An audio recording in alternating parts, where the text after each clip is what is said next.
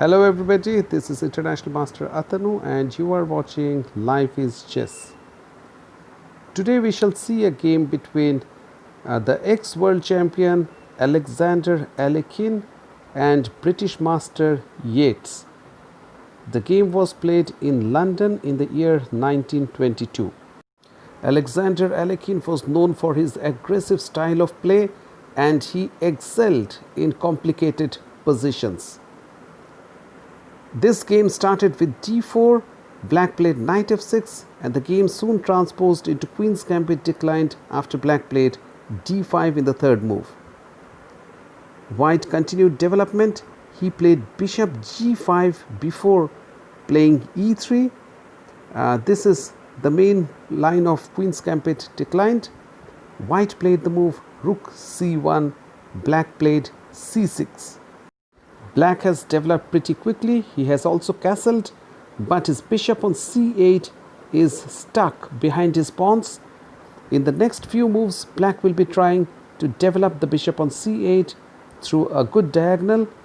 White played queen to c2. The normal and the most common move here is bishop d3, after which black adopts a simplifying maneuver. He captures c4, vacating the d5 for the knight, and after knight d5 he exchanges the bishop, after which black plays e5 in the next move, freeing the c8 bishop and attaining an equal position. In this game, Alekhine played the move queen to c2. He waits for black to capture on c4, after which white's bishop can capture in one move. Black played the move rook e8. He is improving his position behind the pawn wall and he wants to play e5 at an opportune moment to attack white's king if it stays in the center for too long. White played bishop d3, after which black adopted the same strategy of simplifying. And in this position, white played an unusual move. That is, instead of capturing on e7, he played the move knight to e4. Basically, like a very successful businessman, white wants to negotiate exchange on his terms. He now wants black to capture on g5, after which white would capture, take back g5 with his f3 knight, indirectly attacking h7 with the help of queen and knight. If black plays f5, blocking, closing the c2 h7 diagonal, in that case white can play knight d6 and the g5 knight cannot be taken because the e8 rook would be left without support, and this is a position where white will be having advantage. Alternatively, black cannot play knight f6 either, because in that case white would first take the defender of f6 knight, bishop takes d5, and after black captures on d5, white would exchange the f6 knight and invade black's position by playing queen h7. Therefore, in this position, after knight e4, black played the move f5 at once. It is white to play. White captured bishop e7, queen e7, and he dropped his knight to d2. The reason is, from d2, this knight can reach or support invasion on e5. Notice how white provoked the move f5 so that the point e5 is left without any pawn cover. So this is the weak point which white visualized, and that is why he retreated to d2 and not to c3 or g3. Black played b5, attacking the bishop.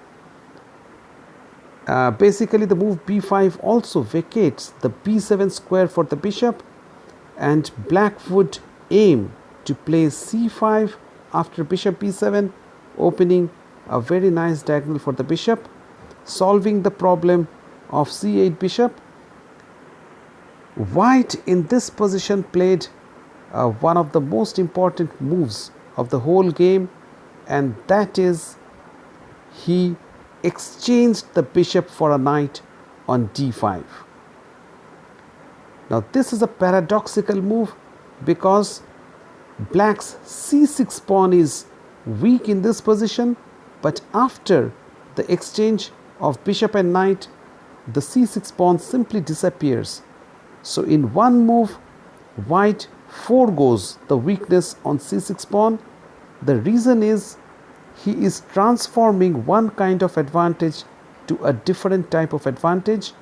Previously, white was little better because black's c6 pawn was weak, but now white has an absolute control over the c file, and that is the reason why he exchanges on d5. It is very important to note that the strong players are masters of change. They transform one kind of advantage into a different form of advantage. In this position, white castled to bring his rook into action. Black played a5. The reason is if he wanted to develop bishop on b7, white would immediately enter and attack the bishop on b7. If black wanted to play bishop a6, white would play queen c6 attacking the a6 bishop. Therefore, black played a5 so that he could develop his queen's bishop from a6, from where it can monitor an important diagonal and solve his opening problems. White played a very instructive move in this position. Apart from the c file, the squares e5 and c5 are also weak because black's pawns cannot support the squares. Therefore, white played a move knight b3 with the intention of entering on c5, exchanging the d7 knight, which is a defender of the weak squares, and getting an access to the strong square, that is e5. Black played a4 and white went inside knight c5. After exchange of the knights, black also exchanged the queens, and we reach an end game where white has advantage because of his control of c file as well as the strong square on e5. Black played b4, protecting his b pawn. White played rook to c1, doubling on the c file, and black played bishop a6. In this position, black plans to contest the c file as well as place his bishop on c4, attacking a2 as well as activating his bishop. It is white to play. Alekhine played another very instructive move, that is he moved his knight to the center of the board, thereby stopping his opponent from occupying c4 with bishop, as well as he stops the move rook c8, because in this case white would exchange the rooks, and after the exchange he would play knight c6 with a double attack on b4 pawn, as well as threat of knight e7 check, forking the bishop and the king. White would be one pawn ahead. Therefore, in order not to lose a pawn, black had to play rook eb8, and all black's pieces are tied down. White has an absolute possession of c file as well as e5 square. This is another important position. With no counterplay in sight, all black's pieces tied down, white calmly improved his position. He wants to bring his king into action. He makes way for the king. The next few moves we shall see black trying to generate some counterplay. White closed the position on the queen side. Black played h6. White brought out his king. After king h7, white played h4. The idea is he doesn't allow black to play, he doesn't want black to play g5, which would control the f4 square. Therefore, after rook f8, white played king g3. Black simply waited. White entered the position by rook c7. After bishop b5, white played rook c5. White is gradually improving his position. He attacks the pawn. Black defends. White goes king f4. Now we see all white's pieces at the peak of their activity. The knight, king, rooks, all the pieces occupying the best squares. Black is left waiting. He waits for white to finish the game. Black plays king g8. White played h5, further squeezing black. Black counterattacked. He played bishop f1, attacking g2. White simply moved his pawn. Black went back bishop. Black went back to bishop a6. Had he played bishop e2 over here, restricting white's king movement, white would have a very instructive way to win from here. That is, he would have played knight to g6, vacating the e5 square for the king. White would then support the f3 pawn with the help of knight h4 and then enter into the position by playing king e5, winning the e6 pawn and winning a bunch of pawns, because after winning e6, the f5, d5, all the pawns would fall.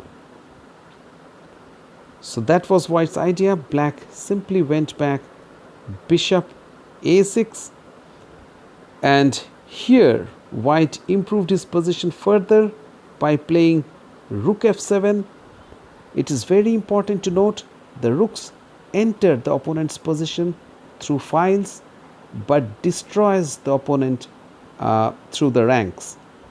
So let us see how white finishes the game. He played rook f7. After black waited king h7, white played the other rook to c7 on the 7th rank, attacking g7. The only way to defend is by playing rook g8, and here white goes for the kill. The final moves in this position is knight d7 with the idea of playing knight f6, check. The g pawn cannot touch the knight, and white would fork the king and the queen, king and the rook. Black played king h8, moving away from the check. White played knight f6, a brilliant move, a temporary knight sacrifice because it cannot be touched. If black plays gf6, white would checkmate black by rook h7. Therefore, black had to move his rook to f8 with the idea he is offering the exchange of one of the strong rooks on f7. White sacrificed his knight nevertheless by playing rook to g7 with the idea of checkmating on h7. Black played rook to f6. That is the only move which black can play over here, and white played the final very visual move, that is king to e5, attacking the rook. Whether the rook is defended by rook a f8 or the rook goes back by playing rook f f6, in either case white checkmates black in two moves by rook h7, king g8, rook c, g7 checkmate. So it's a total domination with the help of rooks, a brilliant performance by world champion Alexander Alekhine.